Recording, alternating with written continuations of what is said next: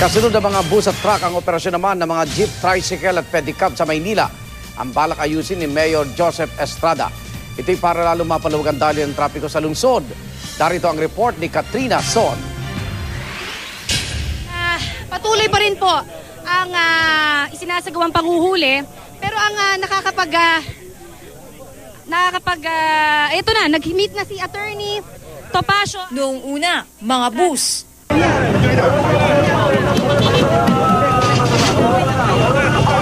Sunod, mga truck. Ang mga tensyonadong tagpong ito, sumasalamin daw sa kamay na bakal ng lokal na pamahalaan ng Maynila para maisaayos umano ang problema sa trapiko ng lungsod.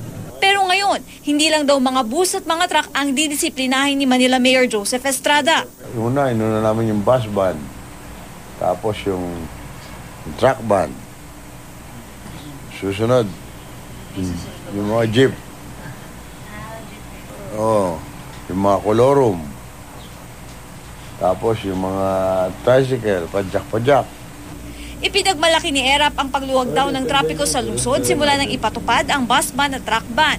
Kaya balak rin ng lungsod na ilagay sa lugar maging mga jeep, tricycle at pedicab. We put them in order. Hanggang doon lang sila sa side street ang gagawin namin. Bawal sila sa main road. Pabor naman ng mga jeepney driver na namamasada sa Manila na gagawin ng lokal na pamahalaan sa paghuhuli sa mga kolorum na jeep. Mas makakabuti raw ito para sa kanila dahil mas magiging kaunti ang mga jeepney na papasada at lalaki ang kanilang kita. Luluwag din daw ang daloy ng trapiko. Mas maganda yung ganun. Para maano yung mga kolorum na dito sa ano. Kasi marami yung kolorum mo rito sa Manila eh. Mababawasan yung mga jeep na mga katulad namin mamamasada kasi lalong pasaway yung mga klorum ang sasakyan kasi wala silang pakialam kung kung sakaling may mga aberya. Ang mga tricycle at pedicab driver naman, susunod daw basta ikakabuti nila.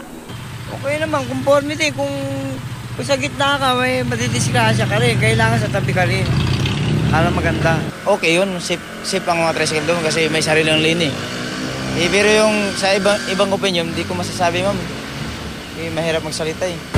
Iisa lang naman ang hinihingi ng mga jeepney drivers, gayon din ng mga pedicab drivers at tricycle drivers, na sana raw anumang ordinansang may pasanga sa lungsod ng Maynila ay para sa ikabubuti nila, lalo na at ang pamamasada lamang ang kanilang pinagkukunan ng kita.